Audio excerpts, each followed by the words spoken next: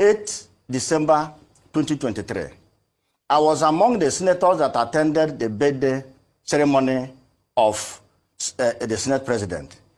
Right from the Victor Atta Airport, I drove in the same vehicle with the said senator, with her husband. In fact, I was in the front seat while the senator and her husband was at the back seat. We attended series of programs of the Senate President within Uyo town. At the end of the day, we moved to Ekotekbene, the hometown of the Senate President. I remember very well, as we were coming down from the vehicle, she was complaining of her shoe paining her, that made her and her husband to stay back, while I rushed inside the building to join other senators to inspect the building of the Senate President. I must tell you for free, and that is the truth, Senator Natasha never joined us inspecting the buildings of the Senate President. She was seated at the parlor with her husband.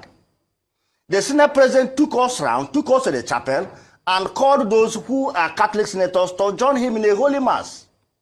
We celebrated the Holy Mass, and at the end of the day, ended up in her garden, and he hosted us.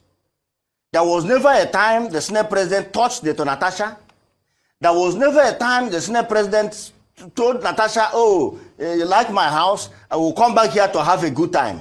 That never happened. And Senator Natasha knows that very well.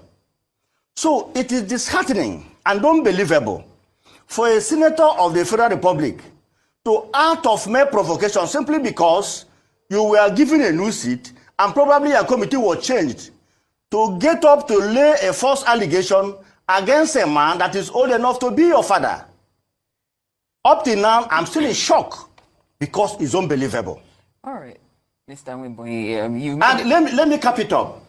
From the house of the Senate President, I still drove in the same vehicle with Senator Natasha and the husband. I was still in the front seat to 4 Points Hotel, where we all lodged. The following morning, I was with the husband. We had a walk together within the hotel. He never told me of anything that the husband, that the wife was harassed. Of course, it never happened.